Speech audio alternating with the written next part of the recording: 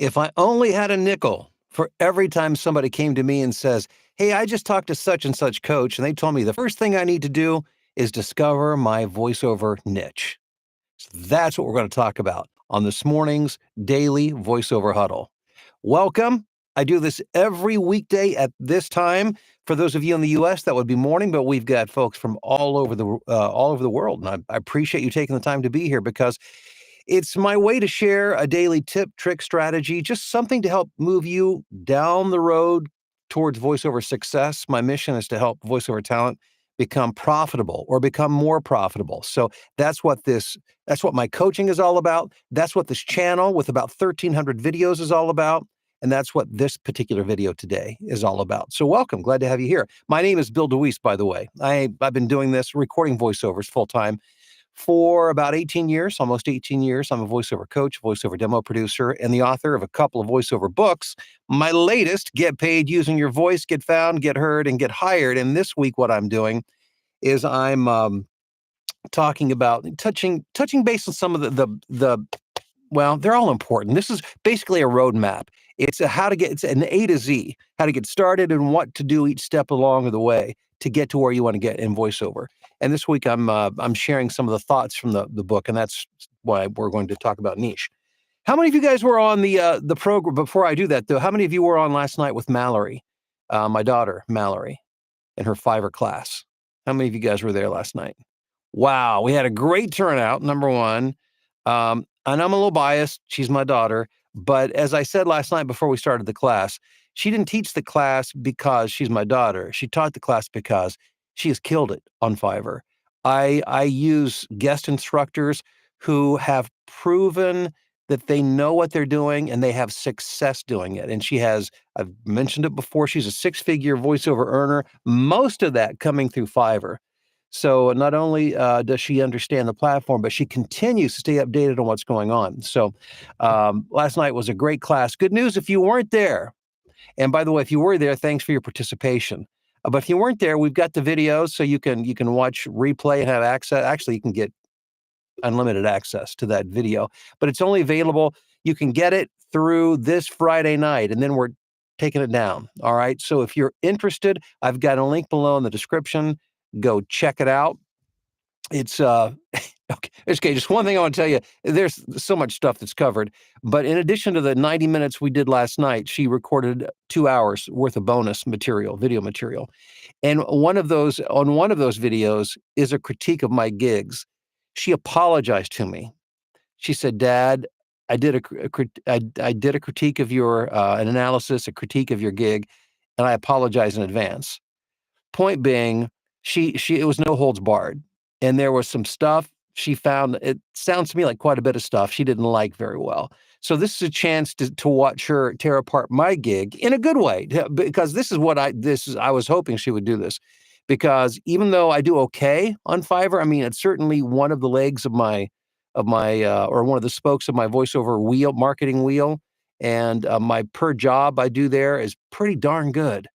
I would love to get more work. So looking forward to that. And if you want to see that critique and see how you can apply it to your gig, link is below in the description. So check that out. So let's talk niche, shall we? Well, I get asked all the time. I mean, it may be, if you were to say, what's the number one question you're asked? That might be it, because it seems like everybody's talking about it. It seems like most voiceover coaches say, well, before you do anything else, we gotta, let me help you discover what your niche is. Okay. Now, my background is as a business consultant, as a marketing consultant. I worked in both academic and the corporate field. And so I know a thing or two about marketing, and I understand the importance of niche. Very much so. Believe me, I do. But the way that it's usually approached in voiceover, I think is backwards. Bass-ackwards, as they say. And so I want to talk to you and share with you the way I approach niche marketing in voiceover and how I help my students succeed in voiceover by using this philosophy. I think one of the most dangerous things you can do, let me start with this. The most dangerous things you can do in voiceover is to try to figure out what your niche is when you first get started.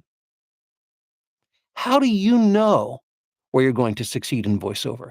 How could you when you're first getting started, how could you possibly based on something you read for somebody. How could you possibly trust what they tell you about what your strength is going to be in voiceover? Sure, I mean, a good voiceover coach certainly can share and say, okay, well, I hear this and I hear this. This is a strength. This is something we need to work on. But in terms of determining your niche, a niche is something, and this is really important. If you take away nothing else, take this with you.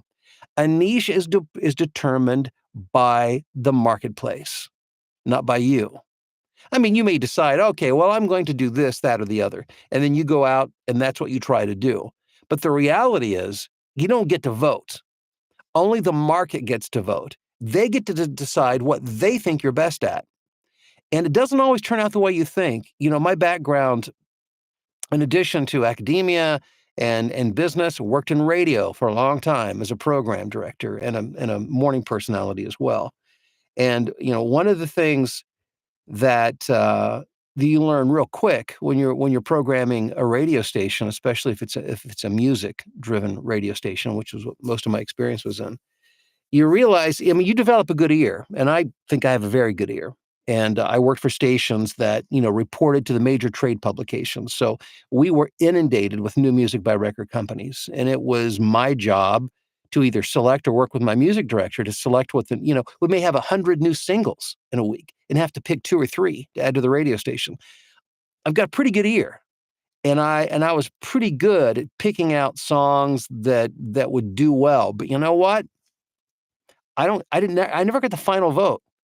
The final vote always came from the listeners. Sometimes I would think for sure I picked a grand slam song. This song is going to kill it.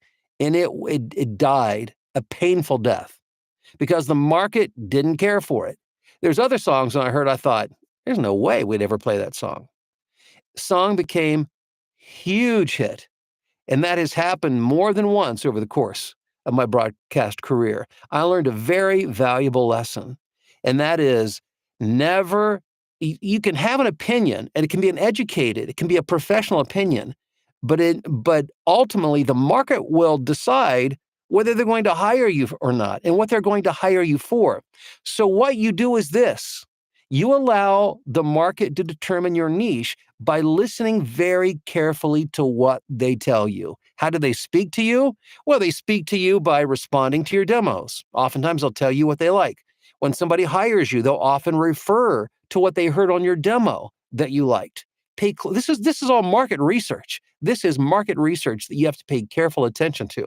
And over a period of time, and by not a week or a month, but over a period of years, you listen and you can begin to get a clearer picture. Now, and the way you do that is not by going out and say, well, okay, I'm going to specialize in. Now, I understand some of you want to specialize in genres. You want to get into video games, audiobooks. That's really not what I'm talking about. I'm talking about the type, style, and industry. Let me give you, for instance. I've been doing this for about 18 years, full time. What I did, my philosophy and the way I teach my students is to cast a very broad net. In other words, I came into this thinking TV promos. That's what I thought. That's what I thought my niche would be. That's what I wanted to do. And I studied it and I've done some of it, but it never became something that I did a lot of. Now, maybe if I focused and concentrated all my efforts and that's all I thought about, maybe over the course of a very long time, maybe I could make that work out. It's not that I think I don't have the ability. I have the ability to do it, but it takes a lot more than ability. It takes concentrated and sustained marketing. But what I found was when I cast a very broad net, a few things happened. Number one was I started getting jobs in a lot of different areas, different genres, different styles, different types of things. I found out some things I thought I'd be really good at, I wasn't so good at. I found out clients liked me for some things I didn't think they would. And other things I thought they would, where I'd kill it, they just didn't have all that much interest. You start to collect really good information. But through that process, I really began to develop myself and to discover myself. When you're born, you don't know what your life's mission and purpose is. You don't know. There's no way you can know. That's discovered over time with experience and interaction with the world. You need time and interaction with the voiceover world. Cast a broad net, market yourself broadly, audition broadly. Things that you don't even care for, that you never thought you'd want to do.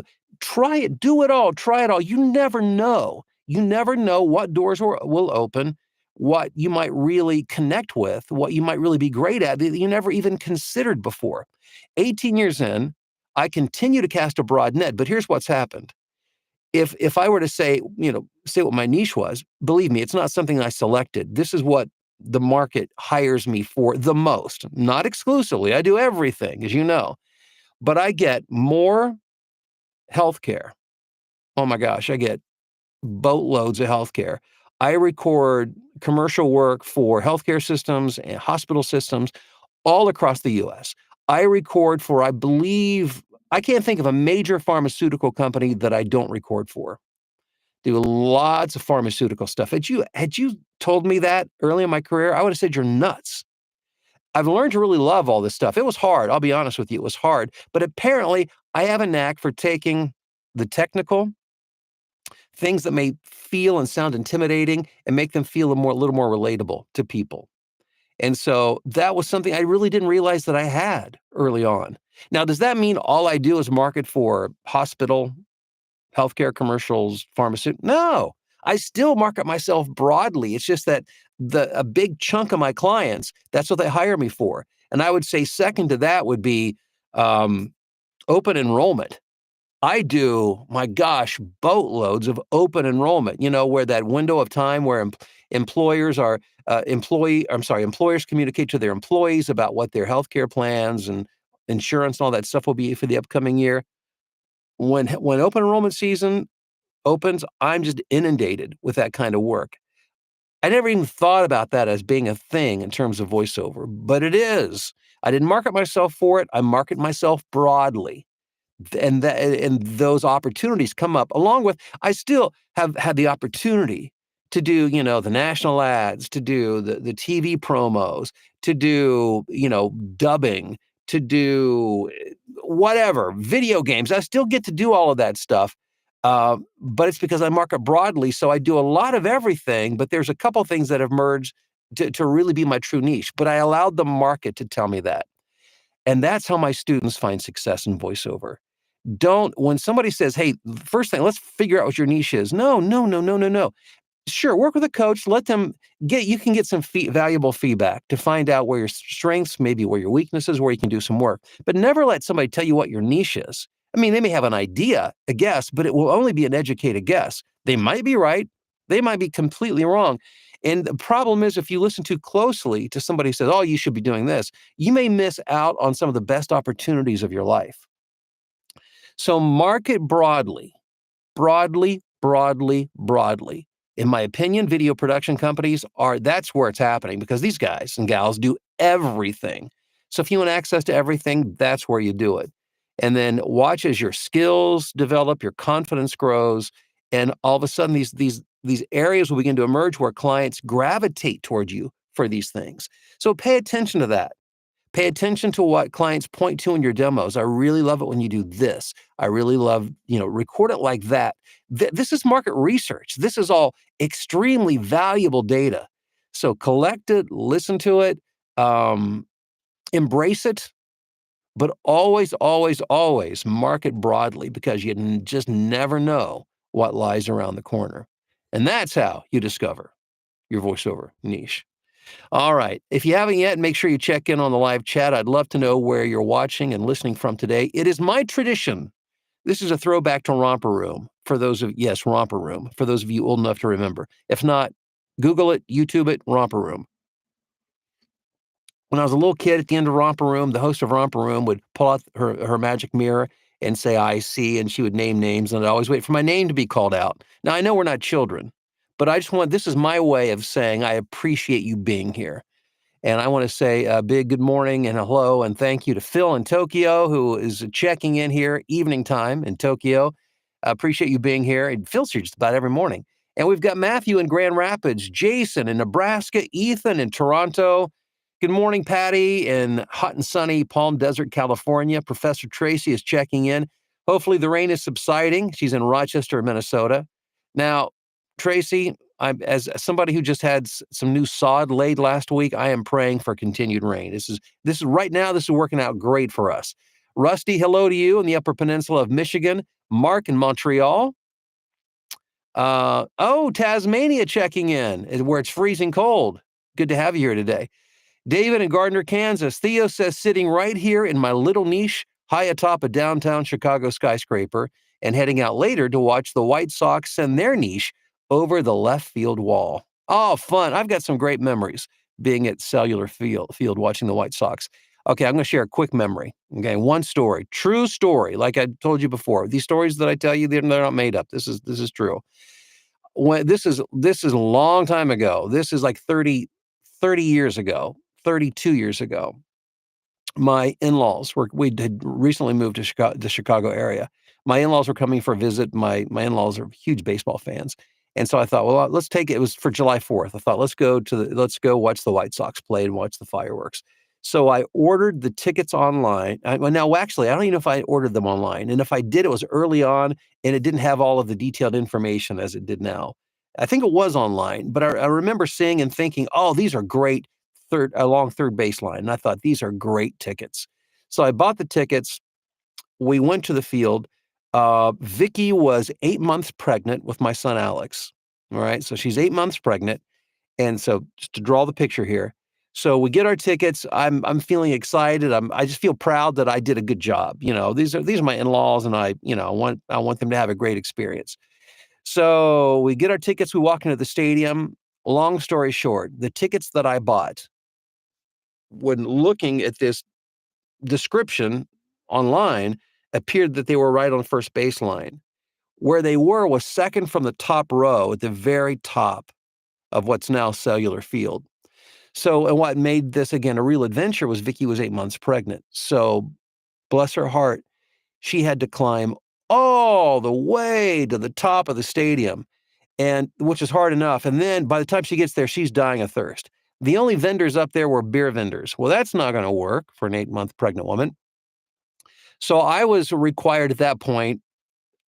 I say required. I'm sure I volunteered to do this, but I went out to get her something to drink. And while I stepped out, Frank Thomas hit a home run. I missed it. An exciting day. Theo, thank you for evoking such an intense memory. Terry, good morning to you in Falston, Maryland. This is a subject we need to hear over and over again. Thank you, Terry. We got John in Denver. Alex, good morning to you in Utah. First time I saw an ad from a VO coach. Their thing was to help students find their niche. Interested to hear your thoughts. So, Alex, again, I hope you found this video helpful. JR in sunny Austin, Texas. Happy hump day to you. Rob says it's raining in Loveland, but cozy inside. Corey in Wisconsin. Emma in Huntington Beach. Wayne in Port Orchard, Washington. Marla in the great state of Texas. Aaron in Columbia, Missouri. Luis says, good morning from the city of San Bernardino, California. John says, yesterday was the first time in over a year that I was absent from your weekday mornings because I had no internet due to a mini tornado that blew through Rhinebeck. Good to be back. Well, John, it's that I knew something was amiss yesterday. It's because you weren't here. And I'm sorry you weren't here, and I'm sorry for the reason, but I'm glad you're okay. Yeah, tornadoes are not to be messed with, that's for sure. Scotty, what's going on? Good morning from the great Republic of Texas. Got my copy of Get Paid Using Your Voice. Love it. Oh, thank you for the shout out for the book. I appreciate it. By the way, did I mention the digital download? It's like $9.95 or something. It's less than $10. The link is below in the description. Bob is in Wadsworth saying, thanks for last night's Fiverr training. Thank you, Bob, for being there. Theo says, welcome back, John Connell. John from mighty Memphis. Thank you, John, for your kind remarks.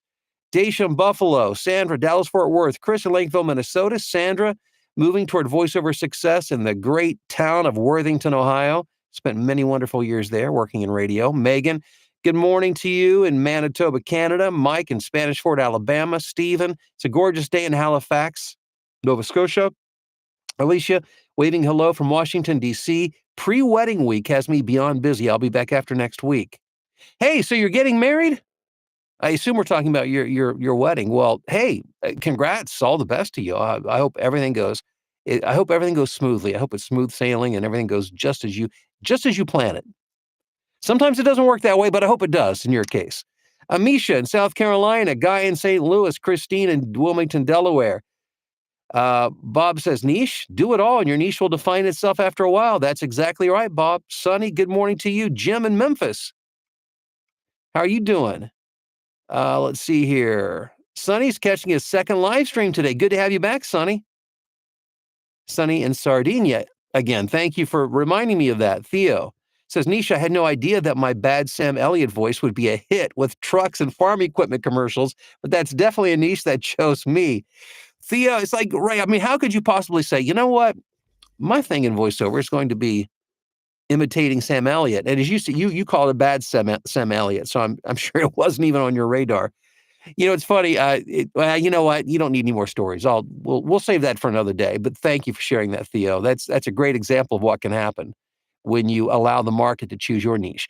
David says, "What a great huddle this morning. Your marketing advice is invaluable." Thank you, David. Hey, James, how you doing? Oh, my hype man, Theo saying, "Y'all, Bill's comments today are golden. Here's your reminder to bump that like button if you agree with me." Thank you, Theo. Always appreciate your help in that regard. And thank you guys for your subscriptions and your likes and your shares. Patricia, love to listen to all your nuggets of gold knowledge. Thank you. John, waiting to hear hello, little Johnny, like in the romper room. Hello, little Johnny. Thanks for being here. Let's see. Where am okay, Jim? You were required. Fact it. Patricia in Jacksonville, Florida. Tess, hello from sunny and humid Decula, Georgia. It took a while for my niche to find me. Yeah, as it usually does. Yeah, good way to go, Tess. Amanda says hello from Westchester, Pennsylvania. I wasn't at Mallory's class yesterday, but I just booked a corporate medical dubbing project that pays $2,250 on Fiverr. Not too bad.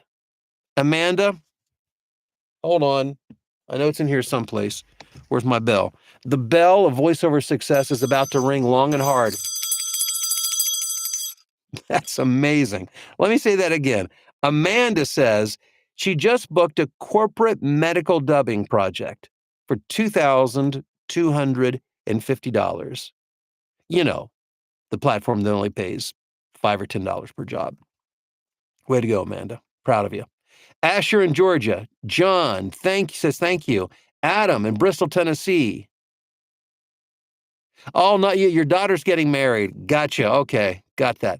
David never missed a romper room. Lucy or Flippo. You must be a Columbus guy. Lucy's Toy Shop and Flippo the Clown. They're a big part of my youth.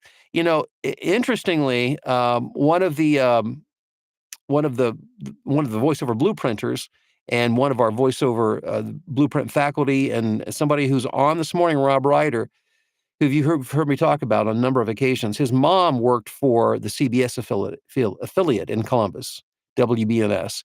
And Rob actually worked on the set of Lucy's Toy Shop early on. I think working the Mr. Tree prop, was that it? I think that was it. Rob, you can correct me if I'm wrong. And that was back when he was just a kid. Yeah, lots of great memories there. Laura, hello to you in Monticello. Or is it Monticello, Minnesota? Forgive me. Either way, good morning. James says, well done, Amanda. Marla, congrats, Amanda. Jim, where can I find a playback of Mallory's Fiverr class last night? Jim, the link is below in the description. It's available through Friday night. And hope you'll check that. Hope you guys all check that. Those of you who couldn't be there last night, I hope you'll check that out because Fiverr is where it's happening. You know, you'll hear a lot of negative chatter online, but you watch what's going to happen. It's happening now, but it will continue. Over the next few years, there's a shift. Right now, those of us who are on it are ahead of the curve, and everybody else is saying, no, that sucks. Don't do that. It's a garbage. It's a dumpster fire. Meanwhile, while people are making over $2,000 doing medical jobs, or I'm averaging $366 per job on just little, 10-minute jobs. Meanwhile, while we're doing fine, everybody else is complaining. But what's happening is there's a shift happening. And you just watch this over the next year or two. The people who are now griping and complaining and trying to intimidate you for being there, they will be right there trying to stake their claim. And they'll still be able to do that, but you'll be there sooner, which makes it way easier for you. Well, guys, wow, this was a long one this morning. So I hope you found it helpful. If so, subscribe if you would. Thumbs up, share. Appreciate you guys. I'll be back tomorrow morning. Have a wonderful day. We'll see you soon.